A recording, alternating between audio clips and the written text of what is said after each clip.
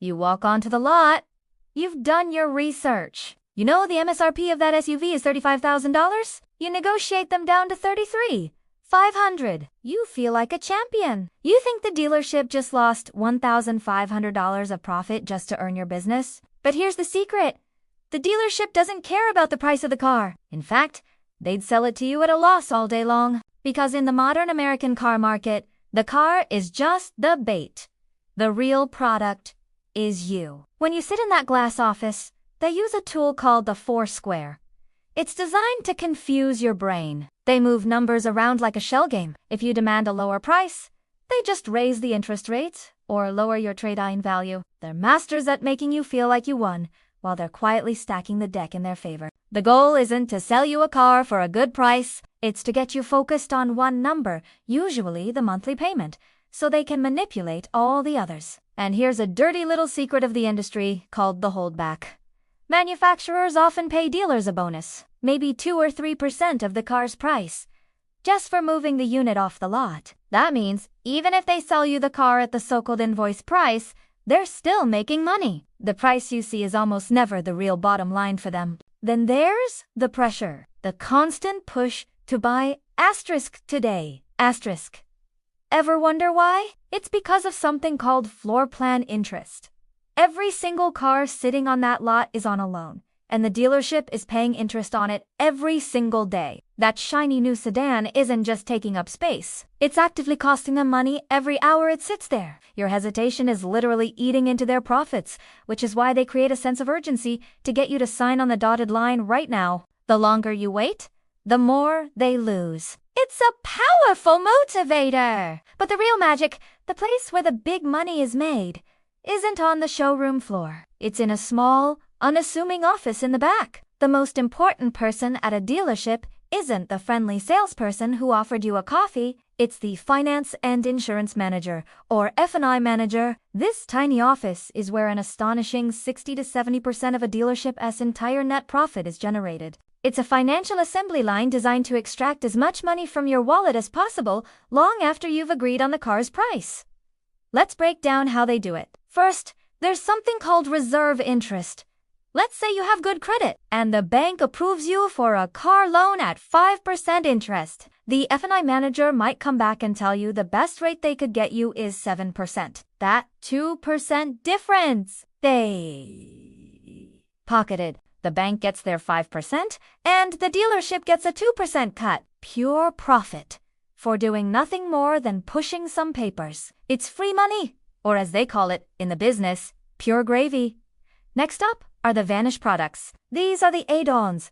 They pressure you into buying extended warranties, gap insurance, tire and wheel protection, and that fancy ceramic coating they swear you need. What they don't tell you is the insane markup on these items. A warranty that cost the dealership $500 might be sold to you for $2,000. That ceramic coating? They might charge you $1,000 for something that cost them a fraction of that to apply. The markups can be anywhere from 200 to 500%.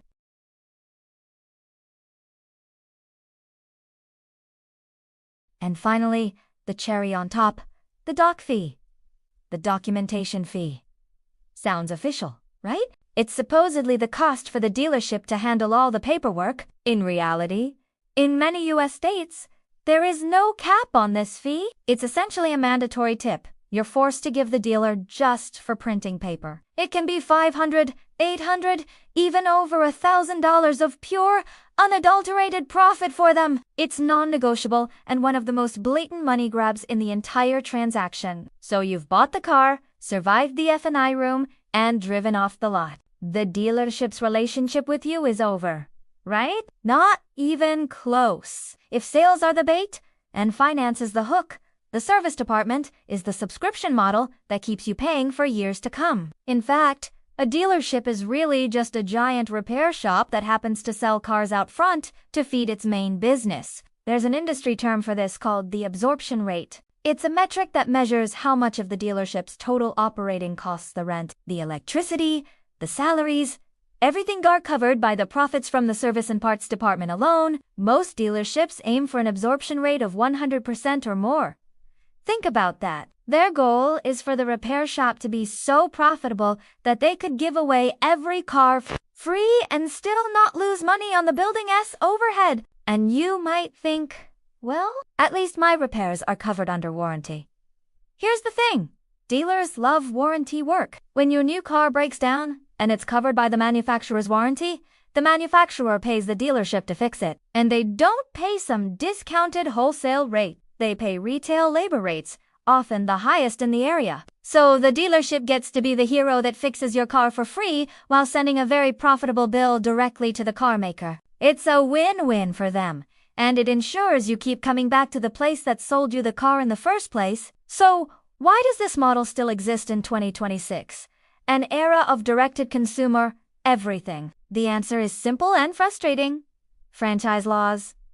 In most U.S. states, it is literally illegal for a car manufacturer like Ford or Toyota to sell a car directly to you. The dealership, the middleman, is protected by law. These century-old laws were originally designed to protect small mom-and-pop dealers from the power of giant automakers, but today they primarily serve to protect a massive entrenched industry that adds thousands of dollars to the price of every car you buy.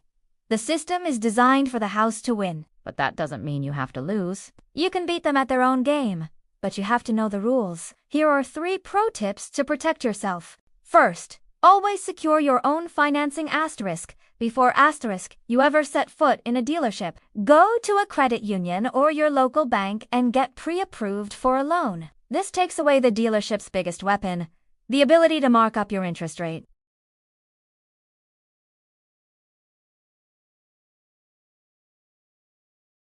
Second, negotiate one thing and one thing only: the out-the-door price. This is the total, final price, including all taxes, fees, and any other charges. Don't talk about monthly payments. Don't talk about your down payment. Just ask, what is the final number I have to write a check for to drive this car home? This forces them to be transparent and prevents them from hiding junk fees in the fine print. And third, and this is crucial, never, ever mention that you have a trade-in until you have a final, signed purchase agreement for the new car. If they know you have a trade-in, they'll just give you a good deal on the new car by lowballing the value of your old one.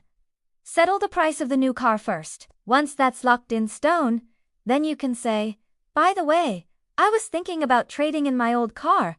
What can you offer me for it? This separates the 2 transactions and gives you the upper hand. The house always wins, unless you refuse to play their game. See you in the next deep dive.